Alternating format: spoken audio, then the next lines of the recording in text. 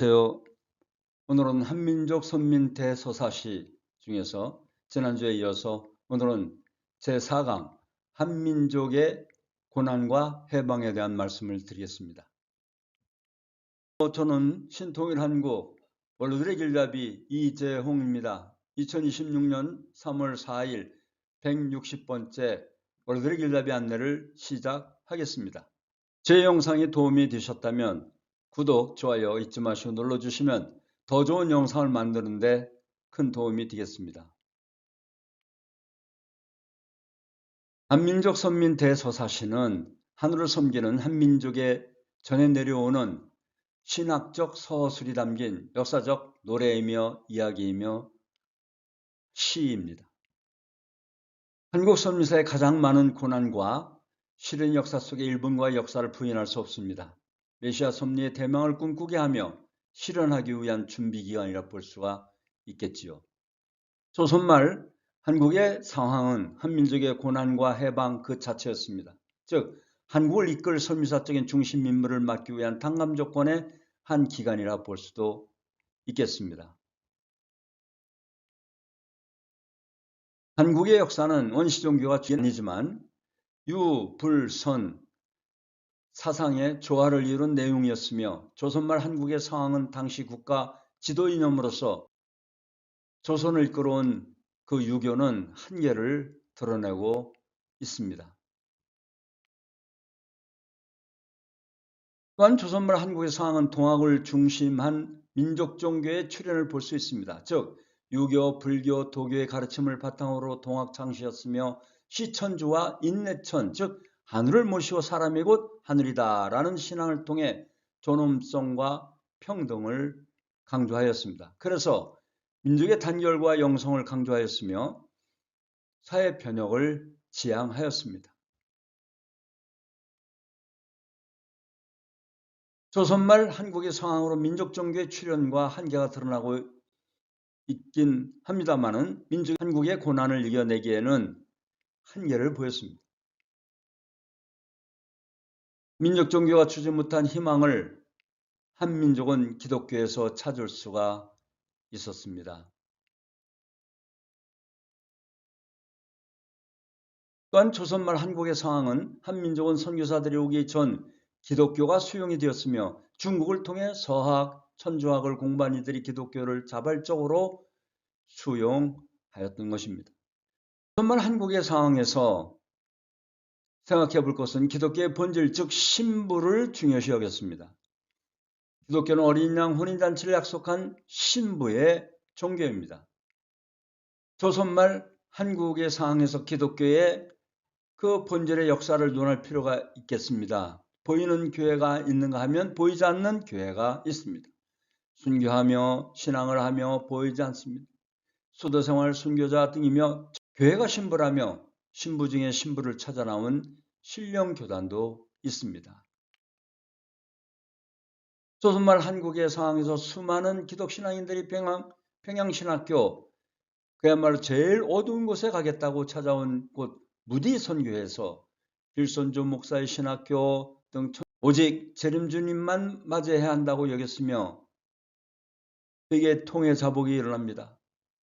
당시 돈, 횡령, 음란, 살해 등 평양 회개운동, 평양이 완전히 바뀝니다. 오순절은 기독교가 출발한 날 새 출발의 날입니다마는 신령한 한국 기독교가 형성이 된 것입니다. 일제강점기와 독립운동에 대한 설명을 드리면 3.1운동은 종교인들로 구성된 민족대표 33명이 독립선서를 발표하며 시작이 되었습니다. 비폭력 만세운동을 통해 한민족의 자주 독립을 세계에 알렸던 것입니다. 일제감정기와 독립운동에 있어서 민족주의운동, 저항운동으로 미국에서의 독립운동과 같은 기독교인들이 중심되어 일어났습니다. 기독교인이 당시 1%밖에 안 되었지만 33인 중에 21명이 기독교인이었습니다. 미국은 성공을 했지만 한국은 절반의 성공을 거두었습니다. 마을을 불지른 등 제합리 사건 등이 그것입니다. 그래서 만주로 쫓겨갑니다. 불교 성직자는 불교의 영성을 끊어 버렸으며 선생이 칼을 차고 학생들을 가르치는 상황에 처해지게 됩니다. 그때에 기독교가 출발했던 것입니다. 3.1운동은 기독교, 천도교, 불교 등 다양한 종교인들이 참여를 하였으며 종교가 연합하여 독립운동에 크게 기여하였습니다. 3.1운동은 천도교의 손병희 선생 등 독립선언서와 청원서 작성을 하였으며 비폭력 시위를 통해 독립운동을 확대 전개하였던 것입니다. 그리하여 그 결과로 1919년 4월 11일 대한민국 임시정부가 상하이에서 수립되었으며 한국 최초의 민주공화 정부이며 독립을 인정받기 위한 외교활동을 전개하였으며 1942년에 드디어 공식 인정을 받게 되었습니다. 일제의 민족 분열 정책에 의해 신사참배가 강요되었습니다. 결국 4개의 분파로 한국의 기독교가 쪼개지게 됩니다. 일제의 신사참배로 인해 기독교가 분열되어 부일협력파, 신사참배파, 신사참배 거부파, 신령 공동체 등으로 나누어지는데 54명이나 신사참배 반대를 하다가 목숨을 잃으셨고 2000년 전을 비교해 본다면 사두개파가 성전 세금을 받아먹었으며 바리새파 율법주의자들은 율법을 폐하러 온 자로 예수를 폄하시켰으며 신성모독죄로 제명을 씌워서 예수에게 결국은 십자가에 돌아가시게 만들었습니다. 신령집단 성주교파 김성도, 호흡인 등 예수교의 성주교단, 복중교, 김백문의 이스라엘 수원 등이 있습니다. 호흡에는 예수님의 한을 풀어주는 교회가 되었으며 예수가 12살 때 가족으로부터 외면당하는 내용이 성경에 나옵니다만 가족으로부터 내용이 또 거기에 기록되어 있습니다. 즉 예수의 동생들이 4명이나 있었습니다. 예수를 잃어버린 지 3일 만에 다시 예수를 찾으러 간 어머니 마리아. 성전에 있던 예수는 내가 아버지 집에 있었음을 모르는가 라며 12살짜리 예수는 자기 모친에게 반문합니다. 한민족 독립을 위한 세계적인 기대로서 1942년 1월 1일 기독교 국가 중심으로 26개국이 연합국을 조성하게 됩니다. 인류의 평화와 번영을 위한 세계의 단합을 형성하게 된 것입니다. 국내적으로는 한민족 독립을 위한 세계적인 기대로서 대한애국부인회가 또 결성되어 1943년 상임시정부의 대한애국부인회가 재결성되기도 하였습니다. 그리고 한국 독립을 지원하고 국민의식을 높이게 됩니다. 독립운동가를 돕고 여성의 사회적 역할을 강조하게 되는 운동이 시작된 것입니다. 해방과 분단의 그 비극에 있어서 3대 독립선언이라 불리는 그 속에 1919년 김림성에서 발표된 내용에 보면 우리 대한은 예부터 우리 대한의 한이며 명시하였으며 우리 한은 완전한 한인의 한이다라고 선언하고 있습니다. 한의 정신은 민족의 자주독립과 한 정신을 계승한 그러한 분이 이승만 초대 대통령입니다. 그는 기독교인으로서 민족주의 정신을 강조하였으며 단군 사상과 한 사상, 하느님이 보호하사란 그 애국가 가사에도 있고 대한민국 국고에 있어서 한을 넣어서 제정한 것 등 의미가 있다고 볼 수가 있습니다.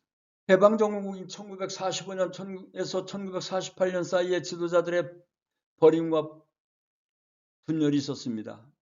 이들의 공통점은 기독교인 가정. 김일성도 아버지가 아주 골수분자 기독교인이었으며 강반석 골수 기독교인, 이승만, 김구, 김규식, 양윤영, 조만식, 김일성 등 모두가 독실한 기독교 집안이며 신사참배로 인해 분열된 것입니다. 민족의 비극인 1950년 6월 25일 한국전쟁이 발발하였으며 이는 민족적인 큰 탕감이고 민족상잔의 비극을 겪고 남북으로 분단된 아픔이었던 것입니다. 우리가 한민족 선민 대서사시를 배우는 이유는 한민족의 정체성과 심정 문화를 세계인에게 전하기 위함이며 한민족 선민을 향한 하늘의 뜻과 선민의 사명을 실천하기 위함입니다. 진정한 한민족을 향한 염원은 한민족은 고난을 이겨내어 해방을 맞이했습니다. 그리고 진정한 평화의 세계와 대망의 세계를 이루어 줄 하늘의 대신자를 기다렸습니다. 이 대망의 세계를 이루어줄 하늘의 대신자는 누구이겠습니까? 다음 주에 또 강의를 이어가겠습니다. 이상 4강의 모든 순서를 마치겠습니다. 다음 주에 한민족 선민 대서사시 5강을 안내해 드리겠습니다. 감사합니다. 다음 주에 또 뵐 때까지 항상 건강하시고 행복하세요. 고맙습니다.